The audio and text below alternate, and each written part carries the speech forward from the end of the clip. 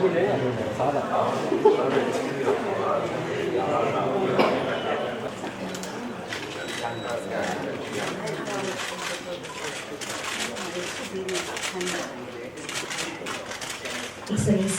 ladies and gentlemen, good afternoon award presentation ceremony.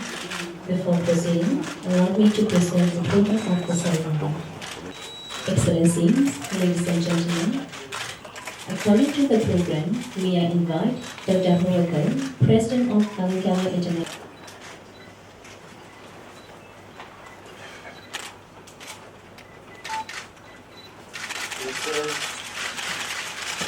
Keller International Humanitarian Award 2016, presented to Giselle in recognition of her outstanding dedication to humanitarian causes. This is a picture of Helen when she was about 20 years old. And I thought I had seen pictures of you with your hair in the same spot.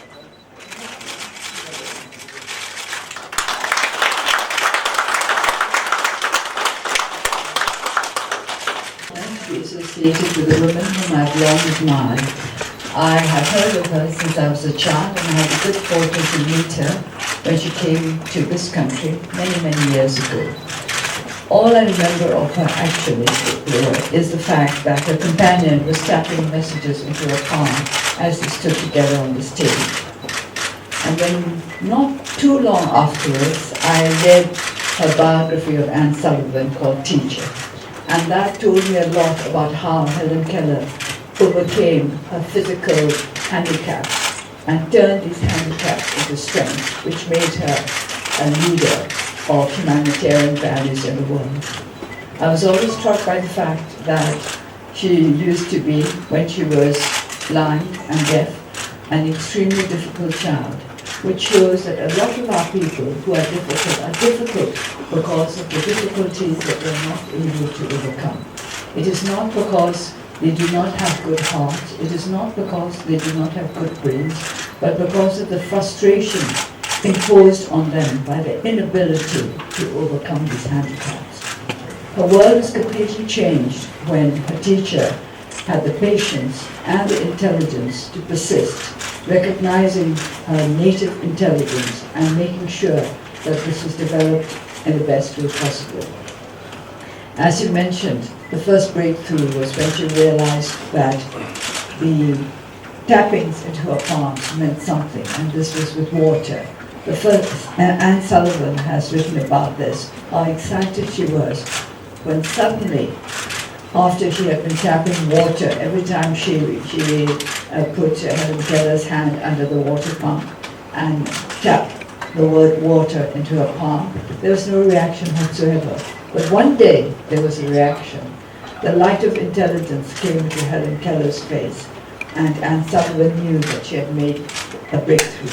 It is the same with all of us. We need a big breakthrough point. We need to break through from a situation of blindness and deafness when we open ourselves to the world at large. With Helen Keller, her handicaps was physical, but her spiritual and intellectual capacity allowed her to overcome them. With many of us, the handicaps that we have to face are social, humanitarian, financial, political. And these we have to overcome through cooperation, not just between the government and members of the government, but between the government and the private sector and non-governmental organizations. It is only by working together that we will be able to build up a world where the vulnerable are helped to go forward and to achieve their full potential. I'm extremely grateful to the Helen Keller International Organization for what it has done for our people in Burma. To give light to those who are blind is an opportunity given to very few of us. And to give nutrition to those who are lacking in it is opening the way for a better future for our children. I've just been explaining that the great majority of our children are medically stunted because of lack of proper nutrition. If we are able to give them the right nutrition, they will be able to develop better, both mentally and physically, and they will be able to help to build the future of our country in a way that will offer the greatest opportunities to the greatest numbers. For that, I would like to thank all those involved in the Helen Keller International enterprises that are aimed at making the vulnerable strong and capable of building lives that are meaningful and that will contribute to the development of the world in general.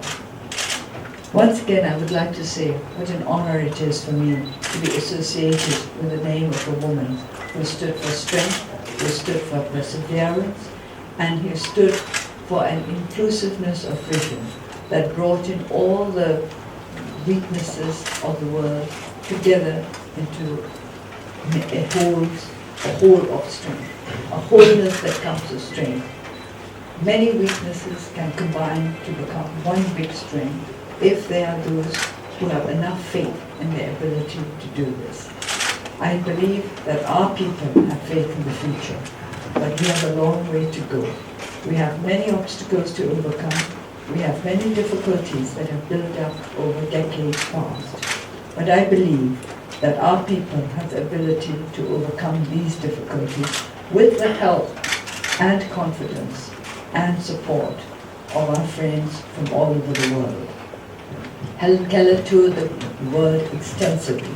In spite of the fact that she could not see and that she could not hear, she managed to communicate with more people than the average human being. And this was a communication that came both from her heart and from her intellect and from her extreme commitment to endeavor. She worked hard at everything she did, and what she achieved was truly extraordinary. I hope that through our association with the Helen Keller International, we will be able to teach our people the strength and the courage that is necessary for us to overcome the challenges that we shall have to face in the future. Thank you.